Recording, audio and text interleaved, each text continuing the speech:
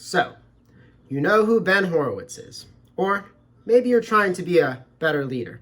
For whatever reason, you're interested in The Hard Thing About Hard Things. The Hard Thing About Hard Things by Ben Horowitz, at its core, is about being a CEO, starting a company, and how to manage effectively. The book is interspersed with Horowitz's personal story.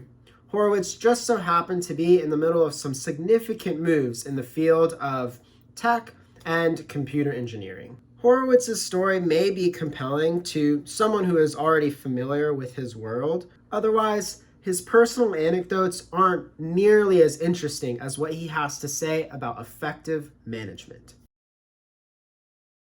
In his book, Horowitz provides management advice that could be quite useful, really, to any field. For example, how CEOs and leaders should be present for and listen to their employees.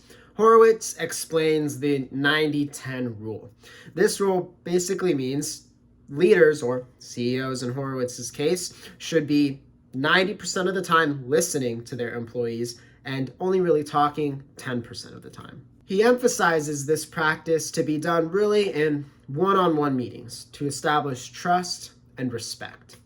Trust and respect are necessary to provide effective feedback to employees. Speaking to your employees with trust and respect will help you become more knowledgeable about how your organization functions, especially from your employees' perspective. Additionally, Horowitz says that leaders should be honest and direct. Leaders, especially CEOs in Horowitz's case, should be telling their employees how the company is doing, good or bad.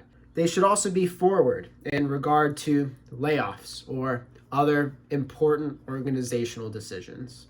Horowitz has plenty more advice than this, but it doesn't always seem as consistent or as widely applicable. For example, Horowitz provides advice on what language is acceptable to use in management.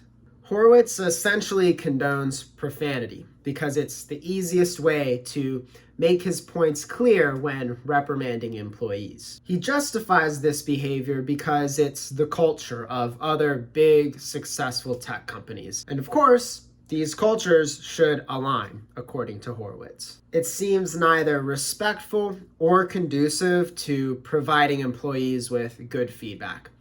It's certainly not necessary. Telling an employee that they f***ed up, I don't think would go over very well in nonprofit organizations or early childhood education. Horowitz approaches most of his book from the perspective of someone in the highest possible levels of management, specifically in tech. This is unsurprising, though, considering Horowitz's background and status as a venture capitalist. If you aren't in these positions yourself, some of Horowitz's perspective and advice may be of less interest to you. Nonetheless, there is still value here in Horowitz's advice on communication, social relationships, and direct interpersonal communication. These are the highlights of this book. But there are also more comprehensive and widely applicable books out there on these topics. So, should you read The Hard Thing About Hard Things? Well, it depends. Are you in tech or an aspiring CEO? Are you interested even a little bit in how the tech industry has done business in the 90s? If you aren't, I would find a book on leadership that is a little more applicable to your field. I hope you enjoyed. Thank you for watching this short overview on The Hard Thing About Hard Things by Ben Horowitz. My name is Josh. Thank you again.